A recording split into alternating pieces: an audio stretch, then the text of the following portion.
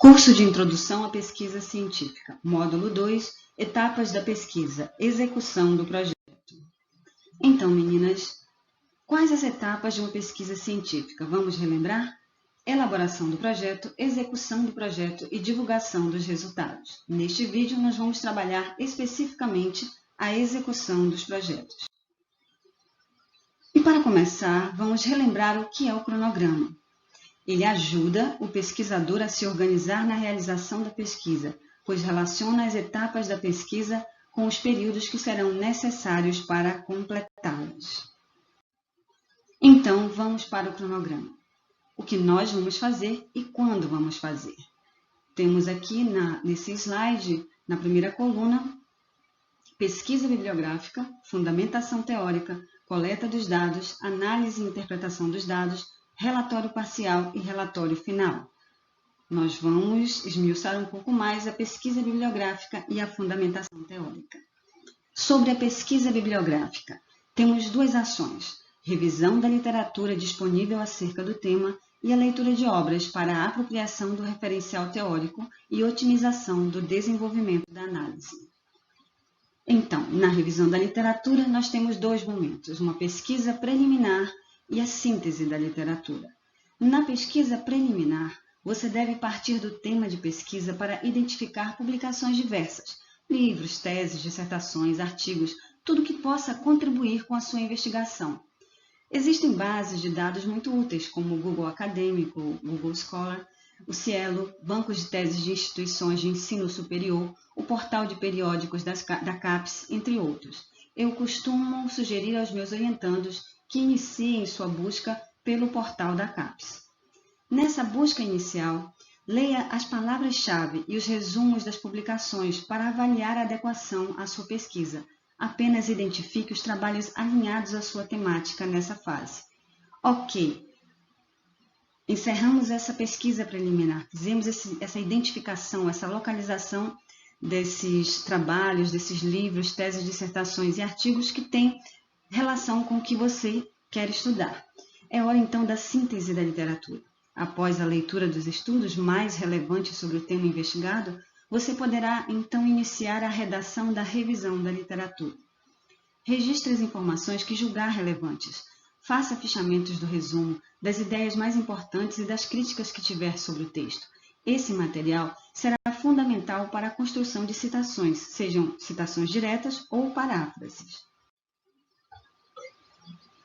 Ainda sobre a revisão da literatura, eu quero citar a Silvia Casanova, quando ela diz o seguinte: o propósito desta seção é informar ao leitor o que já é conhecido e o que não é conhecido sobre a temática pesquisada, além de informar como esses tópicos se relacionam com seu propósito de pesquisa.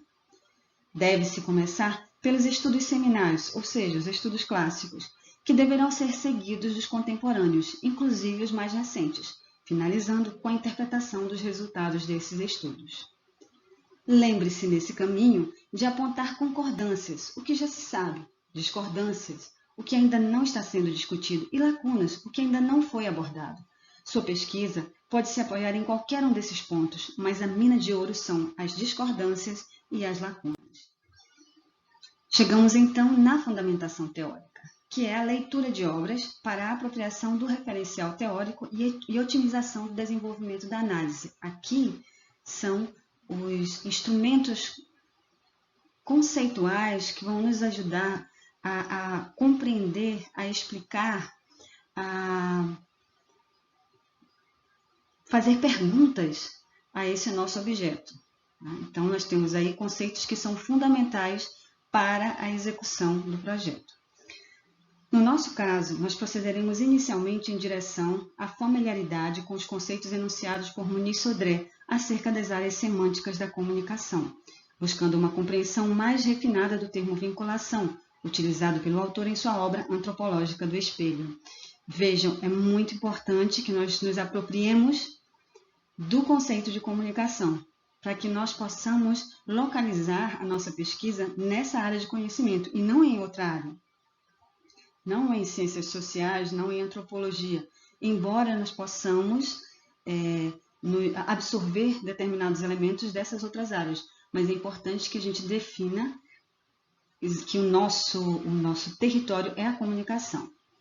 Já para a abordagem semiótica, nós trabalharemos com a noção de Floyd Merrill acerca dos termos signo e semiose, distração persiana, atualizados em perspectiva sistêmica, complementando com os estudos sobre as matrizes da linguagem de Lúcia Santaella.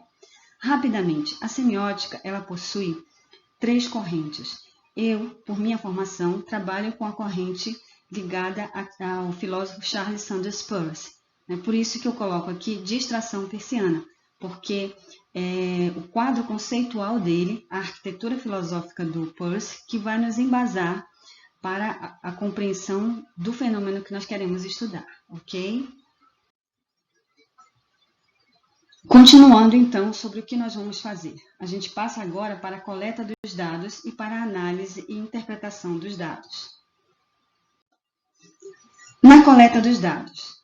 No caso da pesquisa de vocês, essa coleta consiste na captura do audiovisual de alguma plataforma, seguida pela decupagem das imagens, descrição da estrutura narrativa e seus componentes, tempo, espaço e personagens. Vejam, todas que estão estudando as séries precisam baixar essas séries de alguma plataforma para que vocês possam ter de modo acessível o conteúdo, para que vocês possam fazer a decupagem e a descrição. E se tiverem alguma dúvida sobre alguma cena, algum plano que foi colocado, um tipo de enquadramento que favoreceu um personagem, vocês vão ter isso à mão, ok? No caso do audiolivro, na captura do áudio, a coleta de dados ela é essa captura do áudio, seguida pela decupagem, descrição da estrutura narrativa e seus componentes, tempo, espaço e personagens. Nós vamos compreender melhor essa coleta dos dados quando nós estivermos estudando um pouco de semiótica também, porque para cada linguagem a gente tem uma descrição diferenciada. A linguagem audiovisual tem uma descrição, ela leva em consideração o texto, o áudio e a imagem. A linguagem de áudio, ela leva em consideração os elementos da sonoridade, né, que possuem sonoridade. Então, cada um tem aspectos específicos a serem estudados. Partindo daí, vamos então para a análise e interpretação dos dados. Após a decupagem, a partir dos elementos da linguagem e estudo, e munidos dos instrumentos conceituais da semiótica, ocorrerá a interpretação dos dados. Ok? Chegamos então ao final, que seria o relatório parcial e o relatório final. Nesses 2 itens, o relatório parcial, na verdade, ele já deve ser trabalhado agora em dezembro e janeiro de 2021. E ele, basicamente, ele acaba sendo a tua revisão da literatura e uma proposta de sumário. No relatório final, então, você já vai ter a monografia completa e aí você partirá, então, para escrever, no formato que a Propesp nos passou, um artigo de 20 páginas, né, como relatório final, ok? Mas comigo, vejam, quero que vocês, isso não pode ficar em dúvida, quero que vocês entendam que vocês vão elaborar um trabalho monográfico, uma monografia. Dessa monografia, então, é que vocês vão, no relatório final, enxugar o texto e deixá-lo com 20 páginas, ok? E as minhas referências, que são as mesmas do vídeo anterior, a Silvia Casanova e o Antônio Carlos Gil. E dessa vez a gente não tem leitura complementar, a gente se vê no próximo vídeo. Abraço a todas!